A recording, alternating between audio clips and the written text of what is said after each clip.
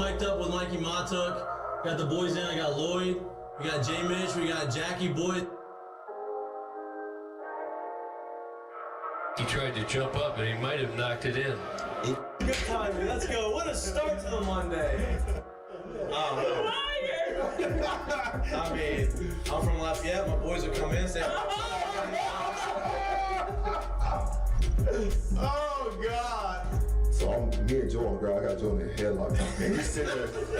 He's punching me in the stomach. Like, punching me. Here, is everyone sitting around? Who here thinks Chico can practice today after having 5 full beers? And he goes, Chad Jones, right? Chad's doing the team 6 minutes. For 7 minutes, right? Chad's like, no, man, I don't think Chico can practice today. And I was like, I look back, I'm like, Jesus Christ. I saw you there. You're more fucked up than me. On the spirit plane had some issues, I think. She was sleep farting. you heard her or you just thought it was her?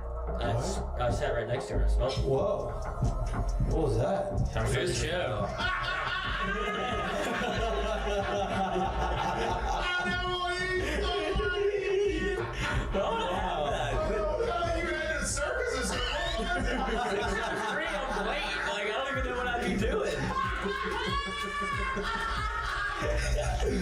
Now, when you do go to spring training, are you going to bring your chinchilla and your turtle? My dad tell you about it? The SEC is, God, they hate fat people. I mean, I get crushed for that. You know what I mean? It's like, come on, man. Hey, just the South, bro. You got a bunch of food down here. Like, they should Players, look at Lloyd. You know what, Lloyd? You're looking for a recruiting coordinator, coach. I'm here. He's like, I'll piss my pants right now. No way. We're wearing gray pants, long gray pants. He goes, I'll piss my pants right now.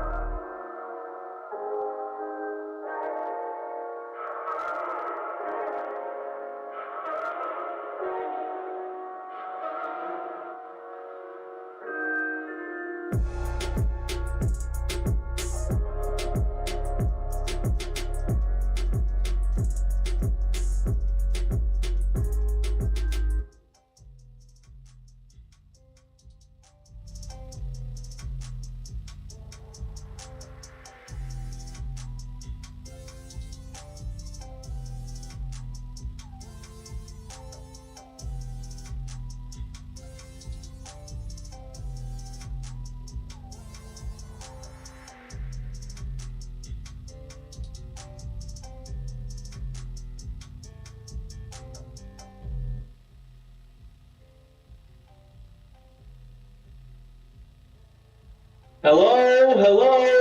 Welcome back to Mik'd Up. Today is Monday, May 20th. This is Mik'd Up from around the country. We are not in the studio. I'm not in the studio. Mitch is not in the studio. Lloyd is in the studio today. He is holding it down. He is doing the producing behind the scenes, doing his job. We appreciate you, Lloyd, joining there. It's got to be a boring show right now. You're by yourself. Oh no, you're never alone with your friends at Indigo Paper.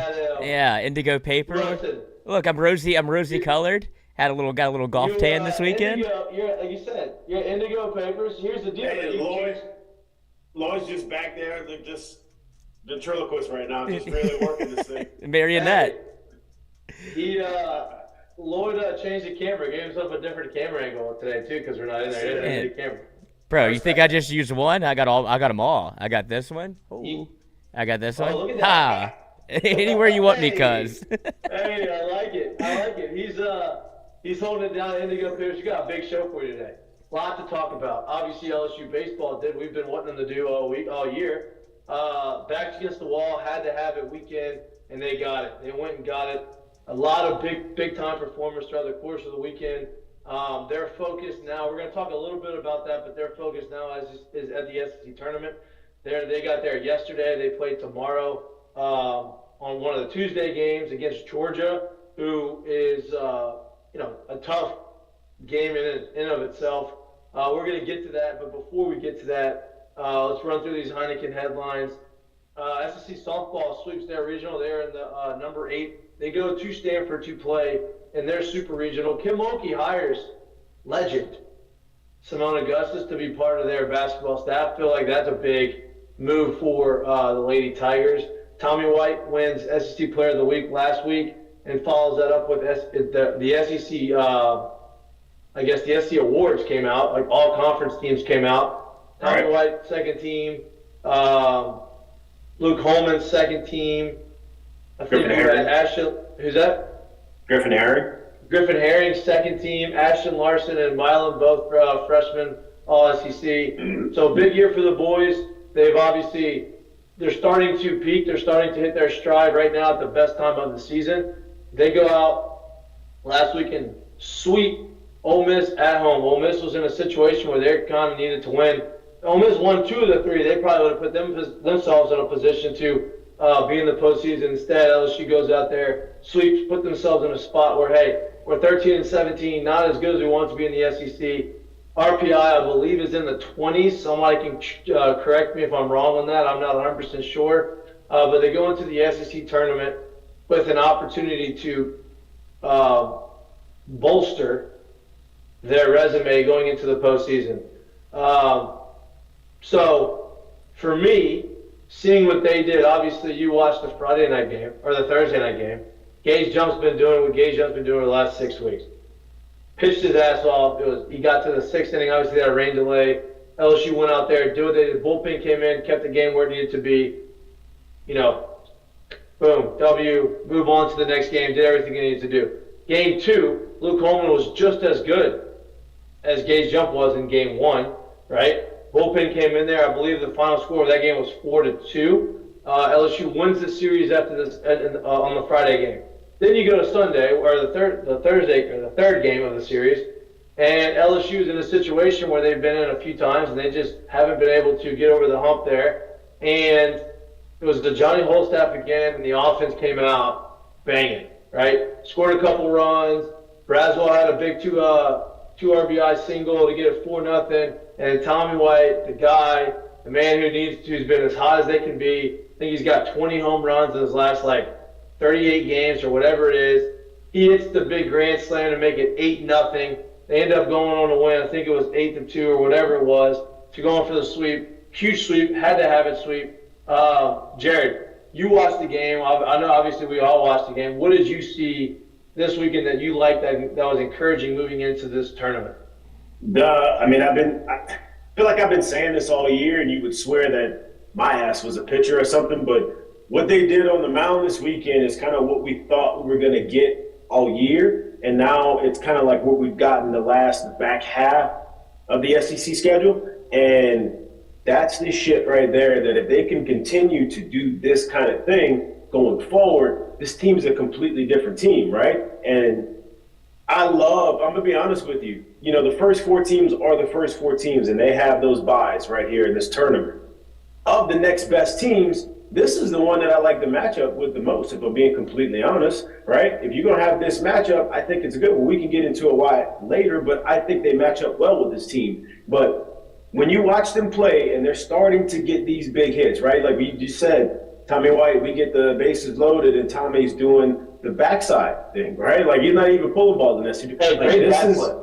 They're great bat flip, right? Great bat flip. And then, so when you see them doing that kind of stuff, they're pitching it the way they are. These guys are coming out of the pen, taking the ball and getting some shutdown innings and stuff like that. This is a scary team, and this is what we thought they would be. We didn't think that they would be a bludgeon you to death and hit 1 million homers like they did last year. We thought they would be the team that would come in, they would get on, they would put pressure on you. There's a couple big boppers in the middle of the lineup, and we thought the pitching staff was the staff and part of the team that was supposed to be really strong and probably be what we're seeing right now. This is what we thought. Probably be what we're seeing right now as a staff early on, and then get to the even stronger part later. When they're giving you this now you're like, all right, there's a chance. And now some of these hitters have come on, and they've gotten even better. This team's a tough out once they get into somebody else's regional. It's just really that simple.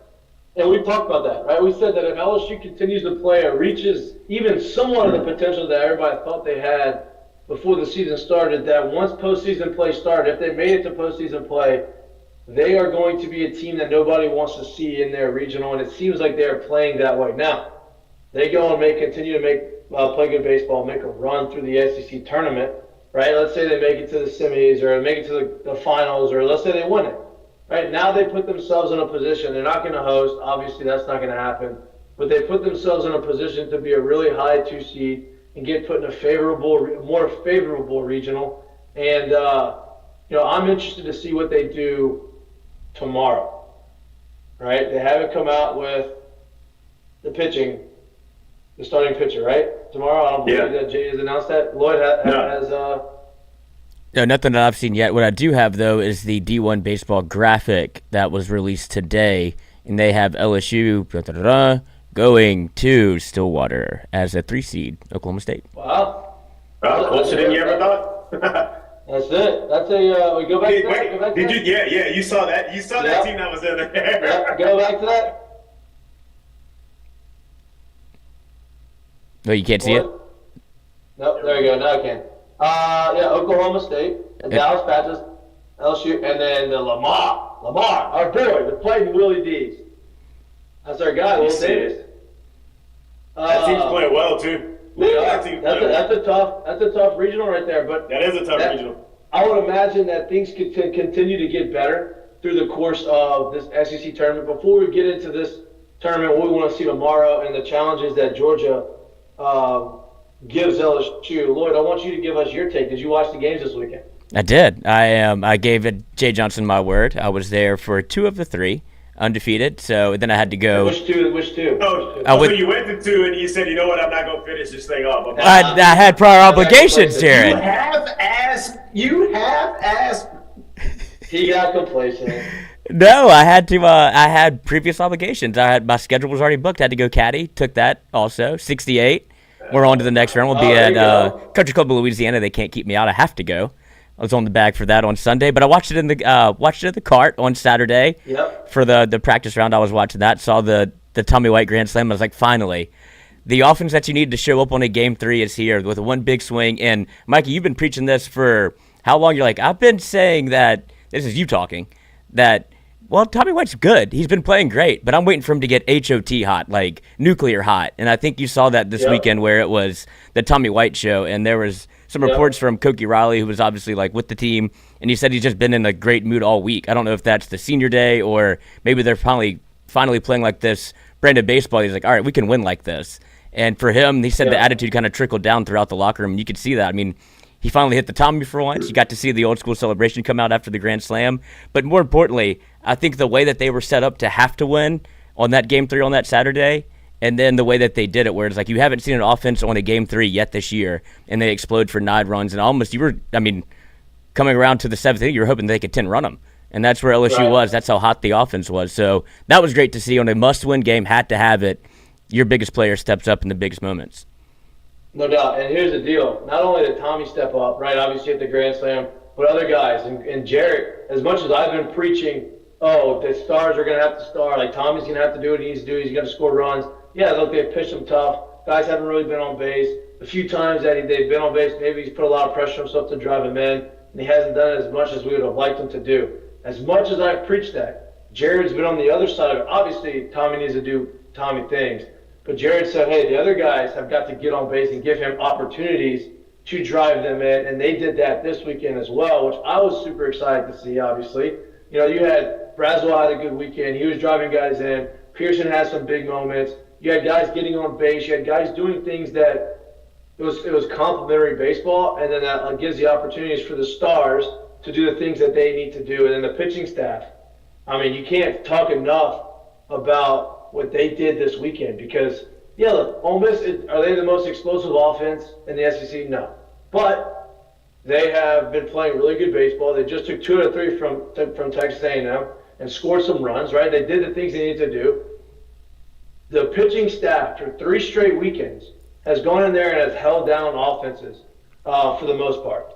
And this weekend was pretty impressive too. It was a 4-2 game on the second game, and Holman was dealing and was doing these things. They gave up a 2-run home run and ended up coming back and shutting them down, and the guys behind him did the same thing. Griffin Herring has fucking dump truck nuts, dude. Like, this dude comes out there is in some trouble, comes in there in a situation, bang, bang, bang, out the inning, no problem. And I think all of those things is all that momentum going into this tournament is a huge thing for LSU moving forward. And I'm excited to see this brand of baseball because we hadn't seen it consistently throughout the course of the year. This is 2 straight series where LSU has, done things that they needed to do.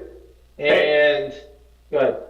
No, I was about to say, I don't look. I get it, bro. He threw 10 pitches on Thursday night when he came in that situation. The situation where we really, really did not want to use him at all, and he comes in and throws 10 pitches, and we could easily say, "Oh, it's just 10 pitches," and it is. You're not wrong about that. But ask him or anyone who's been tracking this: how many times has Griffin gone back to back all year? Zero. So for his first time to be going back-to-back is in a dire need situation, and him coming out and doing what he did in that back-to-back, man, that you can't praise that stuff enough. Like, that's impressive work right there, and that's the kind of effort you need for this team to go where it needs to be. It's impressive to see that, but when you start getting that from these guys, that's when you're like, yeah, man, it's a different team. And like you said, we're back-to-back weekends. So now we're talking about the second half of the season where we looked at it and said, hey, you got 5 weekends to figure it out and do what you need to do. Of those 5 weekends, you won 4 of those series. The one that you lost was the previous weekend before, and you lost 2 nut-cutting, really, I'm talking like tough. Those games you can sit there and just really be down on yourself. And then who do you bring in after you lose a series like that where you should have won? The team that just beat a top 5 team in the nation. They could be riding on every high possible coming into your house, and you swept them. You swept them. Right? So we can sit here and talk about, oh, you played Ole Miss. Yeah, you can sit here and talk about, oh, you played Ole Miss. I don't want to hear that shit. That's the impressive stuff that you need, because this team over the last 5 weeks has been a completely different team than you saw the first 5 weeks of conference, and honestly, to me, even pre-conference game. Right, no doubt. Right now, we moved. Right, we moved from. We talked about the season as a game of 3 seasons, right? You have non-conference season, you have conference season, and you have postseason season, right? We are now moving into the 3rd season of this year, and they are going into the SEC tournament, right? They are playing against, like, SEC Player of the Year, Charlie Condit, obviously well-deserved, much-deserved. Guy's got hitting 440 or whatever he's hitting with 35 home runs.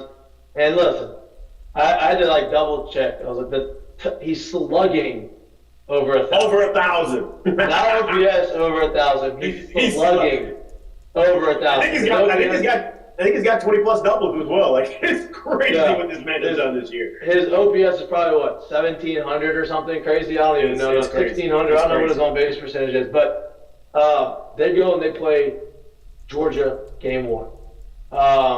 I don't know the exact time. Lloyd, can you give me that? Do you know the time? 9:30 Central. Is that 9:30 a.m.? I thought 9:30 was the one. Oh, no. They got the 9:30 game. 9:30 a.m.? Yeah. Okay. Travel ball, baby. Travel ball. Yeah, I thought that was the next game. Okay, 9:30 a.m. against Georgia. They get the clean field. They're more than just... Yeah, no, that's a good point. That's a good point. No excuses on the infield. Not that drive easy shit field by the end of the night. Yeah, you're not getting that. No doubt. Georgia's more than just Charlie Condon, right? You've been talking about that. You've been screaming that. Talk about the challenges Georgia gives teams, and it's going to give LSU. It's a scary lineup, man. They got a lot of dudes in that lineup. When I look at this matchup, though, like I said, this is the matchup, in my opinion, that I think is the best one for LSU at this point, and there's a couple of reasons why. To this point, we still don't know who's throwing. To this point, we have not seen Gage Jump go on short rest, which if he goes in this game, it's going to be on extremely short rest. I believe 4 days, right? So we haven't seen that yet. Yeah, but for somebody who just had surgery, who's just getting back onto the field and then just getting into a groove, this is a big jump for him if he actually goes out and throws, no pun intended. So if he's the guy that throws, it's short rest. Obviously, it's not going to be Holman. So if it's not one of those two, it could be somebody completely different. We don't know. But we don't know who's going to be on the mound. But I love it. And obviously, we're not going to get the nighttime super dense humid air. But this is a big ballpark, and people don't know that. And so for a team that plays at a pretty small ballpark at home, and they hit a lot of homers there, they do a lot of great things there, this field don't play the same. And it's not going to fly the way it flies in Athens. So for LSU to be able to play this team on this ballpark at this time of the year, I think it bodes really, really well for LSU. And them on the other side of it, their pitching just keeps them in the game. And they're able to outslug you every game. That's kind of what they've done all year. Their top two guys, they have mid to high fours, ERAs. Like, there's nothing scary on the mound. So it's, all right, can we minimize the damage that they can do? Can we have our guys go out there and do what we do? And I think they got a chance. Like, I really do. I think this is a great matchup for LSU. And look, to your point, right? You talk about how scary their offense is. A&M's offense is extremely scary, right? Very scary. LSU's pitching staff was able to keep them in a position for the first two games, and the third game was, whatever it is. But the first two games, they kept them in a position where they only scored 4 runs. You only got to win one. You only got to get through in one game, right? And so, listen, I don't know who they're going to throw. But is it the time for our guy? See, we keep saying this too, but I don't know if you saw this. He was up in the pen at the end of the game. Yeah. On Sunday. Yeah. And I'm like, God, so he was getting hot. So maybe he threw one pitch. One pitch. What was that about? Hit someone. I think he hit someone with the first pitch breaking ball and they pulled him. Whatever. I don't care. Whatever. That happened. But I mean, I don't know if he goes this time. And if he does, now I'm saying that this will be the time that he says, hey, here's the ball, Cade. You go out there and get it. I don't know either because here's the other thing. Georgia has a 6th RBI team in the country. Yeah. If LSU beats them, huge. That puts them in a real good spot. I think they're in, but that puts them in a good spot for seeding purposes. And then you get to an opportunity to have, okay, now you're going to start getting into maybe Gage Jump throws on Wednesday. Right. So, on the other side of it, when you look at Georgia too, like, make no mistake about it. They're coming in hot and ready to go as well, in the sense of, like, they're no lock for a national seed, if you will. If they come in and get smacked by LSU, they may fall to that 9 spot. That could possibly happen. So, like, they're going to come here to play as well. So you got to meet that kind of intensity that they're coming with, but you're going to get their best effort as well. I just like the matchup in the field that they're actually doing it in. Well, here's my question to you. You play Georgia. Georgia comes in. They're obviously not going to start their number one guy, probably on that short of a rest. Who do they start, right? It's a guy, they're not known for their pitching staff. So LSU's going to have an opportunity to score some runs, do the things they've been kind of doing over the last few weeks. But then LSU, if you don't throw Cade Anderson, who do you throw? Who do you think? I think they go to bullpen day again. So I think whoever it is that starts, I don't think it's going to be someone you see out there for an extended amount of time, honestly. Like, I can't. Yeah. I don't. I think you may see from Georgia, though, I think it's either Smith or Evans. There's a lefty out of the pen, light-skinned black guy that they've used a good amount of times this after spot starts. I think you may see him as their starter going tonight, but once again, it's nothing overpowering, it's nothing crazy. And if he is the one that goes, that's a matchup LSU needs to be able to exploit and they need to be able to take advantage of. I don't know, man. Like, if they don't go with Cade, I'm not sure who it is, and I'm not sure whoever it is going to have the ball for more than 9 outs. And then they'll be handing it over to the next person and kind of going from there. Right. Lloyd, what do you think? Chime in over here, huh? Talk to us. Oh, yeah, I'm just looking up whatever Georgia has to offer. I was trying to find some home and road splits, but I couldn't find them just yet. But, I mean, that's what I thought was interesting. I think there was a lot made of how Jay used the bullpen on Thursday because you saw how Gage Jump was kind of cooking, and then obviously you get the rain delay where he's not going to be able to come back out. Jay said he would have sent him back out had all things been created equal, and he would have had a 7th inning that was normal. He said Gage was going back out there. But there was a lot made of, and I want to get y'all's thoughts on this because I do think that it's almost impossible to ignore what happened at Alabama and how he managed the bullpen on Thursday and Friday because of whenever he gave Christian Little maybe 1 too many innings against Alabama, you saw him kind of go to Griffin early and use Nate. Like, he was not pulling any punches because he had to get the first one, right? Like, you can't win them all if you don't win the first one. I didn't necessarily have a problem with it because of how parceled out the innings were and the pitches were. Like, you go to Griffin Herring, and like Jared said, he only threw 10 pitches, but people were up in arms about it. Like, I know he hasn't done it before, but 10 pitches, I think Griffin has enough. Like, you see the mentality that he has. I don't think he's worried about going back out there again, whether it be on quote-unquote short rest, but I think the way that he managed it proved to me that we're not fucking around anymore with what we did in the SEC early. We have to win these games. I'm going to use the guys that I trust the most. And this has been his calling card since he's been at LSU. Like you saw it with Riley Cooper last year, with Nate Ackenhausen last year. Like the guys that he thinks can get it done in those moments, you're coming back out there. And so he's found the guys that he trusts in the pen, and that's the recipe that works. I don't know what they do with – also, Sammy Dutton, 1 inning, killer.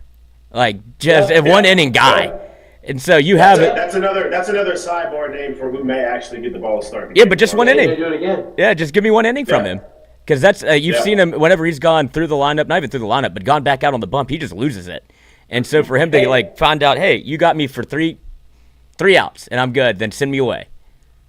Hey, and we've been preaching this the whole year too, and like I get it, you know, I'm not the coach. I don't see these guys every day. I'm not making a decision. But you made it, you kind of touched on it, Lloyd, right there, and it's kind of to what we've talked about forever when that's great if you got a plethora, just an absolute bargain of talent where you got so much of it. But when people don't know their roles and they don't know what's expected of them and they don't know what they're being asked to do, it's hard to get top-end performance out of anyone. So just you spoke about it over the last 5 weeks, especially like the last 2 or 3 weeks. We know who's coming out the pen and winning, and you've gotten better performance. We know who's in the lineup kind of pretty much win. Now he's still been messing around with the lineup and doing this thing, but we know who's coming out the pen and win. And early on, I felt like we were trying so hard to figure out who, when, if you can't, or if you can, and it just wasn't working because we had too many people in the mix. And I think, for lack of a better term, when you want to have a good ball club, like, you're just going to have to piss some people off in the right way, if that makes any sense. Somebody's going to have to be like, damn, I wish I was out there. I wish I was getting that opportunity, but I'm having to wait my chance right now. And that's how it kind of goes.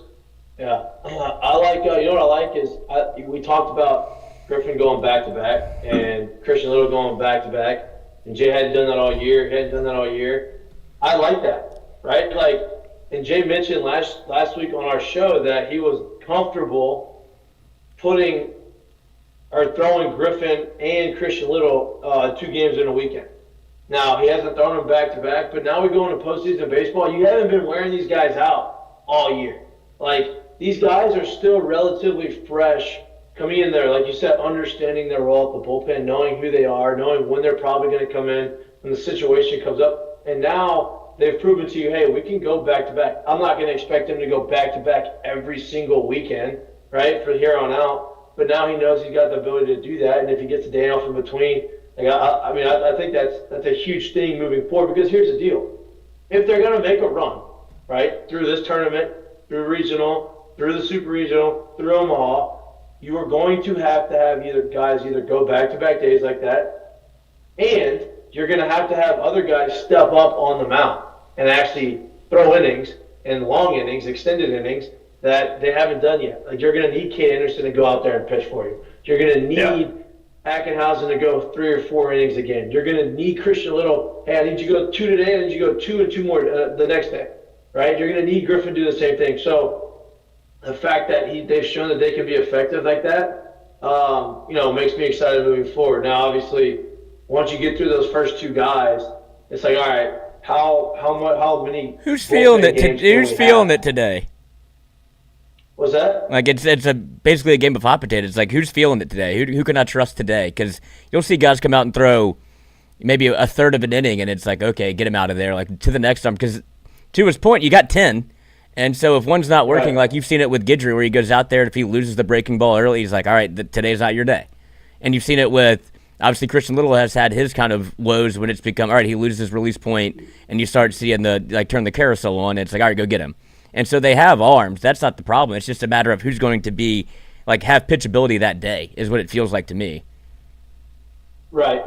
But here's the deal, dude. You can't, like, if you're going to keep going 1 inning, like, that's hard to sustain that for a 5-game tournament, like an SC tournament. Well, right? That shit is hard to sustain that for a 3-game series. Right. Well, that's my next question is, how much of this is, do you want to go?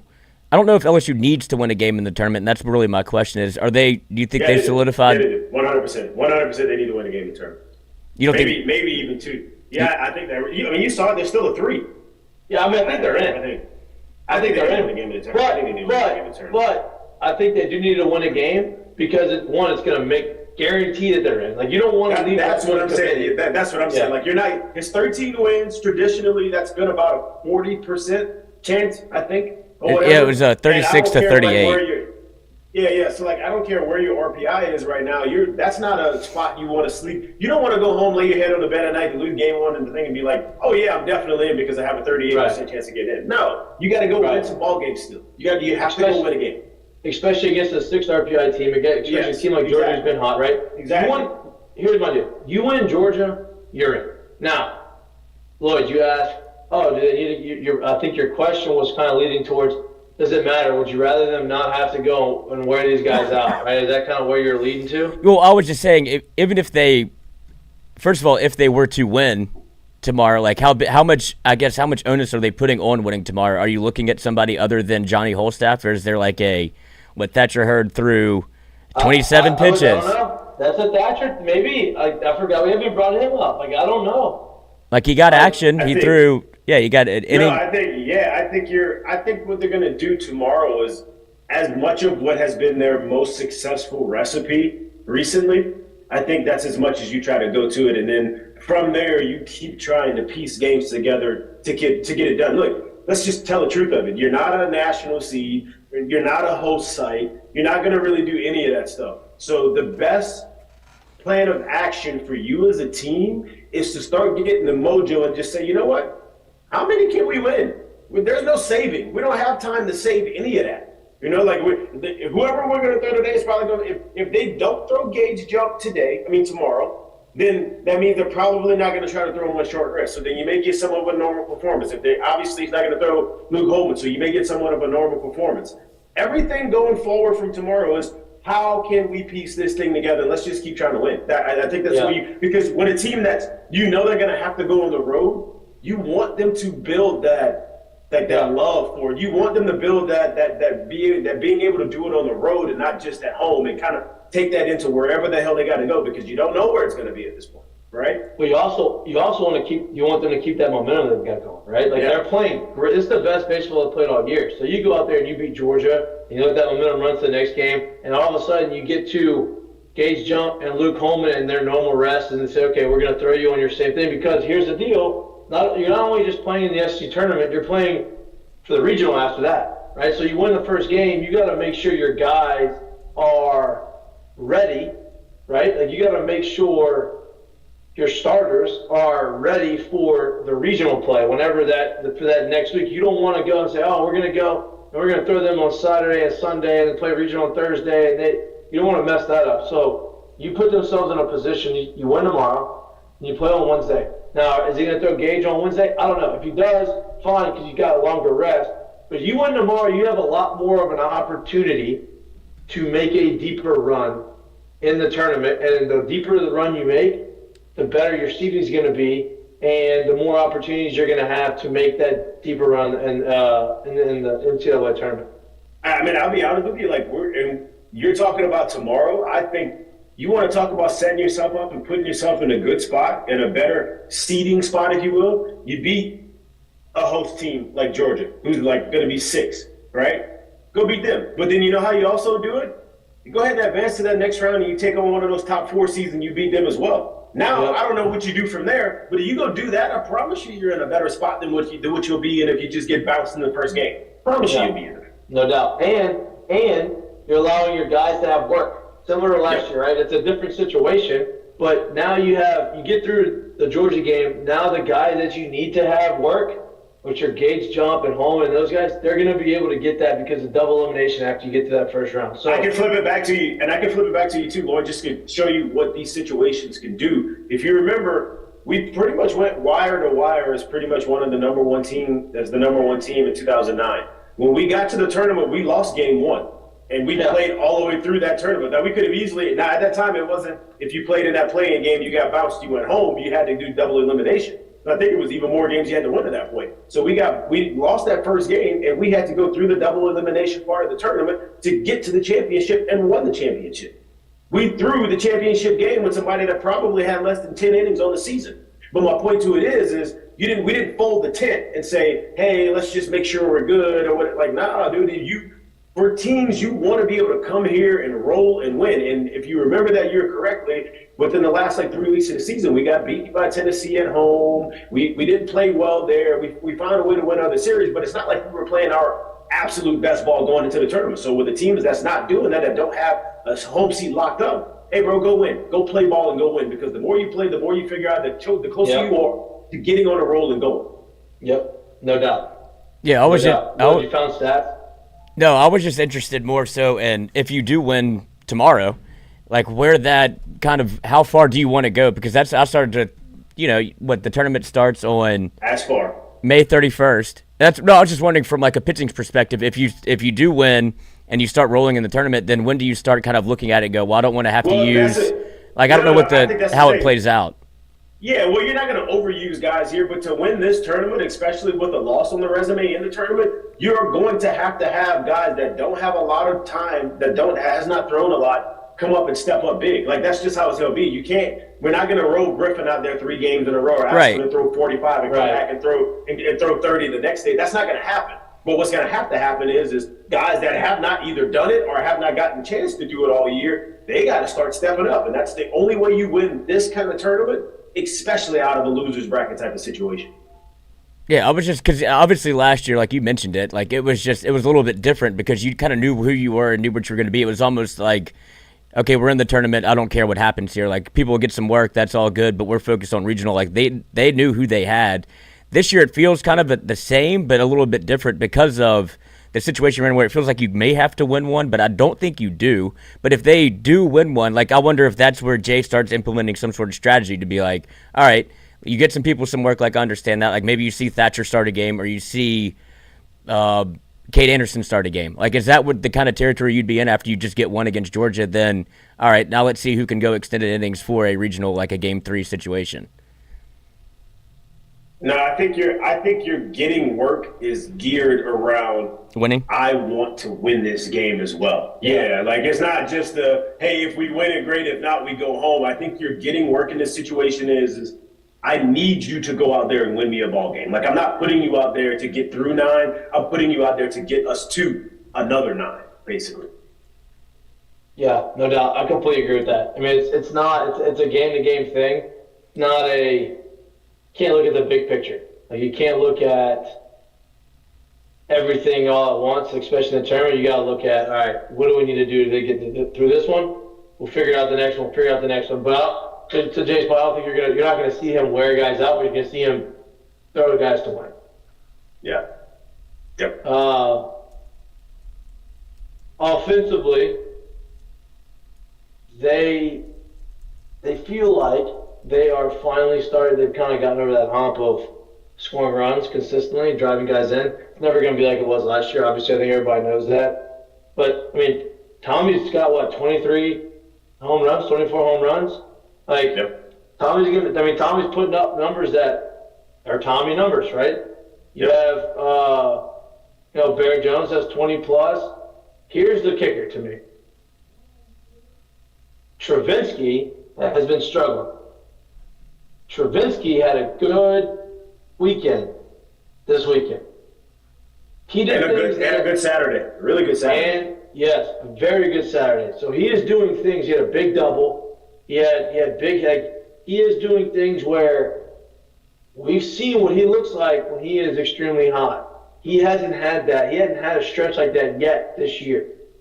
I'm looking at him in this tournament and say, okay, you had a little break against Alabama on that Sunday game. You sat, and you came in this next weekend and you played well. You had big hits, you had big at-bats, you had good at-bats.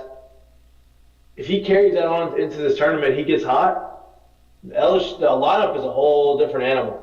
I'm calling it right now. Obviously, I'm not so much saying this tournament. I think the deeper they play in this tournament, the better. I think it obviously needs to start now, meaning when they play tomorrow morning.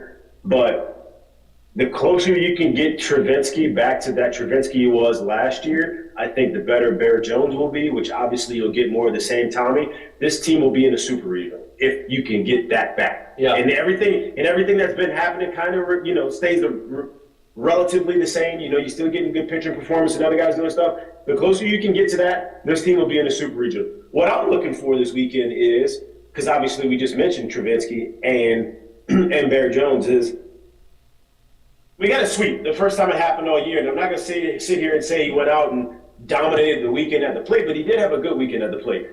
Is he going to keep putting Braswell at the top of the lineup? I think you should. Why not? I mean, he had a good. Is it going to happen? Yeah.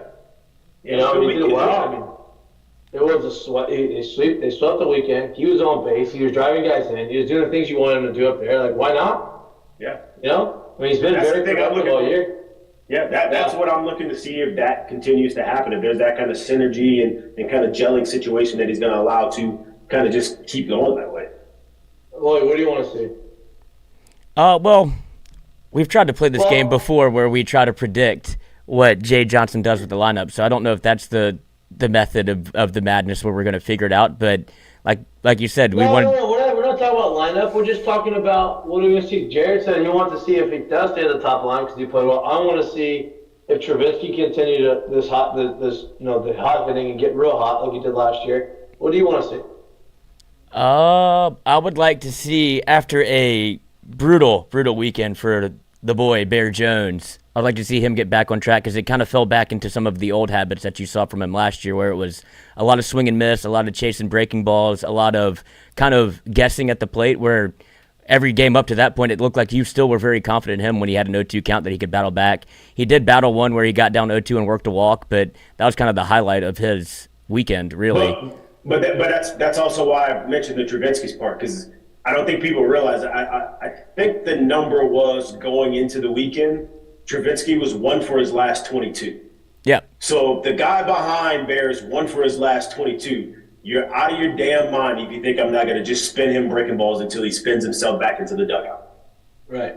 So now that Travinsky's swinging it well again, is he going to start getting more pitches? Which I obviously believe that's what's going to happen. So those things go hand in hand, man. And I think you have to be able to compliment someone and help them out. And everybody goes through it, but Travinsky hadn't been himself lately, and I think that has a little bit to do with that. So hopefully him getting back on track will kind of get that back into that situation, which is why I said if it does, you're going to look at a super regional team.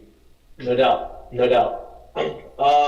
Last wild card is not on the offensive side. I think Uyo is going to be a wild card through the postseason too. I think he's been really good. He's been solid on the mound. It's a good guy for them to have. Now listen, you have an opportunity, like you said, you're going to play Georgia. Probably going to be a national seed. If not national, definitely top 16. Then you follow that up with either, Kentucky or whoever. I don't know whoever else is with. I forgot who they're paired. Definitely a national seed. Follow that up. You win those 2 games. Even if you don't, both of those are going to help your resume regardless, right? Because you are probably. But if you go and you win one of the 2, you win the first one, and then you hopefully win the second one. Put yourself in that position.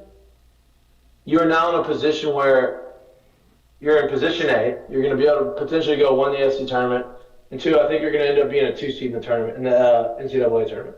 This is a unique tournament in the sense of we're not used to seeing this many teams with the names that they have being in the position that they're in the tournament, right? But and also the top 4 seeds in the tournament, they could go home tomorrow and say we forfeit, and they're all going to be national seeds. So they're all truly not playing for a ton. That's not very normal either in this tournament. So them getting to beat 2 of these teams, I think will do wonders for them when it comes to where they're seated and where they go in the tournament. But I can tell you right now, dude, whether you want to hear it or whether you don't, you want to talk about a wild card? Kit Thatcher Hurd back to postseason Thatcher Hurd. No doubt. And I'm going to be honest with you, when you saw him throw on Saturday, that guy who had fastball command again, if he can continue to do that, this team's different. It's completely different. It's not even the same. Yeah. And here's another conversation about why I think this is so important, right? SC tournament. Lloyd, do you have the standings up right now? Is there a way you can get that up? Of just the entire SEC? Yeah, like the records.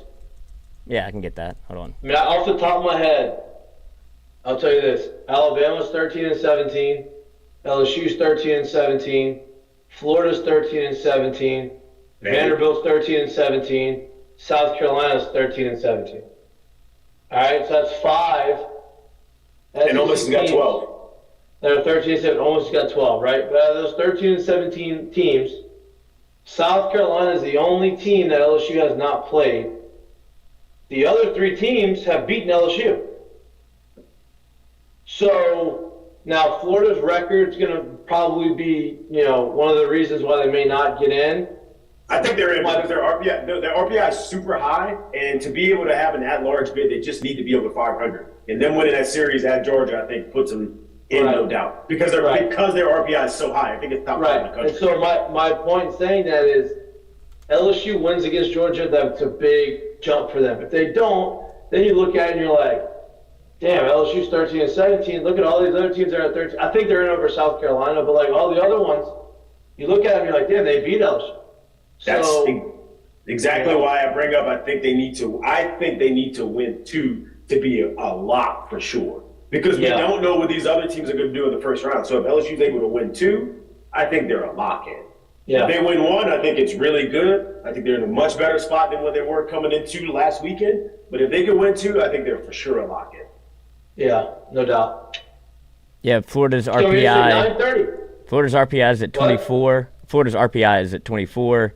Vanderbilt at 27. I think it's their strength of schedule. That's like top 5. Yeah, the strength of schedule is crazy. 24, strength of schedule is top 5. Like, yeah, dude, they're going to be in. They flirted with disaster there for a second after they lost that first game. It was like, oh, do you know that if you don't have a winning record or at least even, that you can't even play in the tournament? I feel like a lot of people figured that out over the weekend, especially on a Thursday night. They're like, wait, if you're a Florida fan, like, wait, we have to win these next 2 games. They're kind of in LSU's boat of we got to win.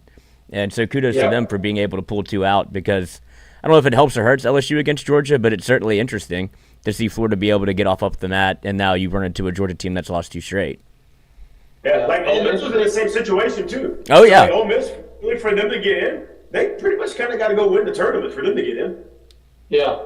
Yeah, they were in the same boat as LSU coming into the weekend. They both could have, if they did what LSU did, they'd be having a different conversation they're having today instead of going in and winning Hoover. They'd be if we get 1, we have essentially what LSU has. Yep. Well, here's the other storyline. Obviously, Georgia's head coach is Wes Johnson. Yeah. So that's a whole other conversation, right? Like, he was obviously LSU's pitching coach last year. He's over there his first year. Great job, first year there. You know what I mean? Put them in a position where they're going to be a national seed. I think everybody thought they were going to be okay. They're going to be pretty decent, but I don't think anybody thought they were going to be like they were now. And they are. So it's going to be interesting. Listen, a little brunch, little mimosa for you tomorrow. No, you're going to be in the studio, Jay, huh? Yeah. No, I mean, not. We're going to be on site, baby. Well, on site. I mean, obviously, on the booth or do whatever. Yeah. It's going to be steaming. It's going to be steaming out there. It's going to be nice and warm. Get you a nice little fan with a little Mr. Like ones from like the Little League games. A little Mr. fan. some nice glistening on They have a nice lather going, Well, look, I'm out here in Tampa. It's still a little warm out here, but I'm going to go and, maybe at 9:30. I have a meeting at 9:30 Eastern time. No meeting. I really do have a meeting at 9:30 Eastern time, but by the time my meeting's over, it's going to be tip-off, or first pitch. Tip-off. And I was going to say kickoff, but I'm going to just go grab me a little mimosa midday, watch the game, get a little brunch, lunch, breakfast, whatever it is, and watch the Tigers. Hey, tell them get that thing on SEC Network too before, get them get out of it. Double dip the chip. Well, you're going to be just getting off the morning show. Yeah, I'm going to be done with the morning show probably around, we rarely make it to 9 these days, so probably around 8:30 I'll be able to make it home. I'll probably join you with the mimosa. What's stopping me? You like calling FaceTime each other. Yeah. We'll do a live stream. I'll come back to the studio and zoom y'all in.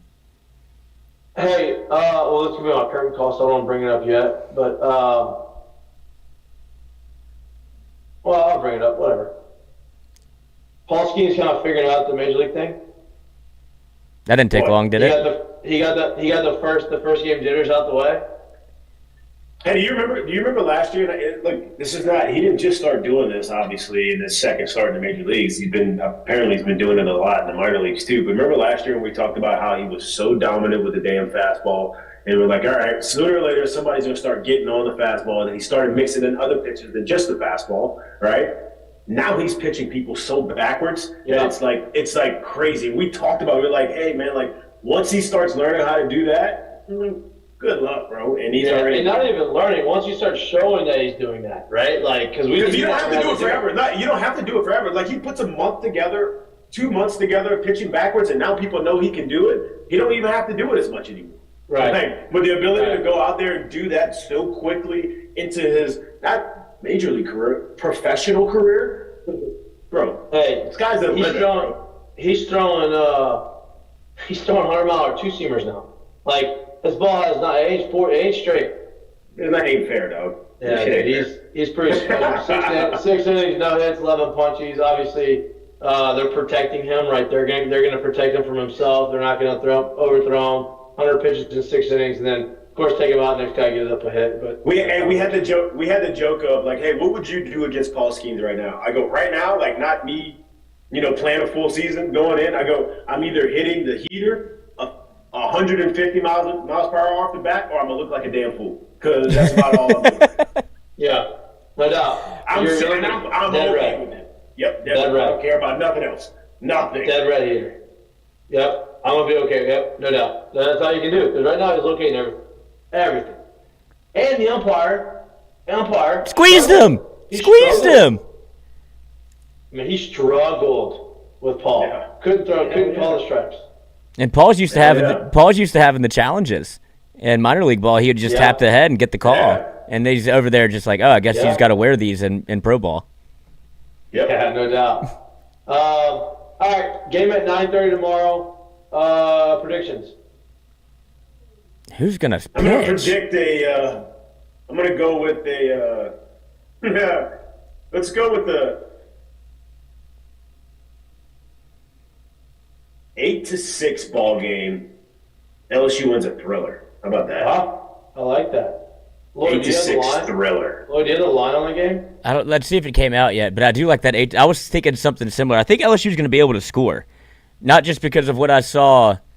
I guess Saturday, whenever you saw the offense kind of get going again, but I think they're hot at the right time, like you said. Like it's kind of clicking on all. It's not just obviously you had Tommy White go 8 for 13 with 3 home runs, a grand slam. Like, it was unbelievable. Finally found third base, knows where that's at after last weekend. So, hit a triple. That's where you go. But I do think first one says like 9, he said. Yeah. Usually they just throw the hands up. But old boy was fired up. But if they have any sort of offense like that again, where it was more consistent, I think that was with Broswell at the top of the lineup. They still have got to figure out center field. I don't know what they're doing. Zeb Rudell won't travel with the team. I don't know if that's news to y'all, but he was one of the guys that was left off the travel roster. That came through the wire today. Everybody's going to remember him for his one swing if he hits the transfer portal, which it might seem like he is. But at least you got that one. You got that one shining moment. Everybody's going to remember him when he comes back. But with that said, my biggest, cause for concern before I get to a prediction is what they're going to do at center, because you saw Bingham kind of do what Kling does, and he doesn't play as good of a center field. They're getting no production from that spot offensively. And I don't know who it's going to be. Yeah. I think it's going to be a lot of the same. Just take it. Continue to see a little committee running around, switch off people around and throw one of them out there and play a defensive replacement late in the game. I think you see a lot of the same. Yeah. And also, hat tip to Milazzo for – you just can't take him out the lineup now. Obviously, it was senior day, so I get it. But that proved to me you can go 3 days in a row, so I don't want to hear it. Yep. Yeah, big hits. Oh, dude, a 6-hopper through the middle will get it done, Coach. Hey, look at hits. Look what happens when he's behind the dish. It's great. Pitching style's pretty good, huh? Yeah. So, but prediction-wise, I'm with Jared, where I think it's going to be a higher scoring baseball game. 8-6 sounds good. I'll go 10-8. Yeah, I was going to go 10-7, LSU. I do think LSU's going to win. I just kind of did some loose calculations, loose math. Don't quote me on this, but I think they had 96 home runs at home, this being Georgia, and 45 away.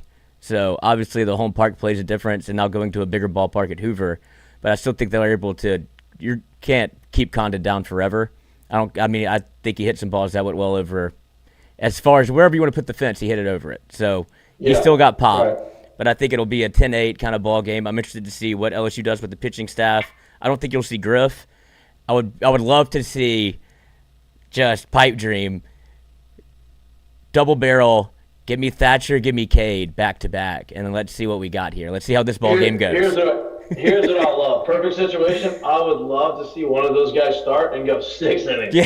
That would be like, That'd be incredible. God, what is this? Thatcher earned 6 innings, 1 hit, 8 punchies.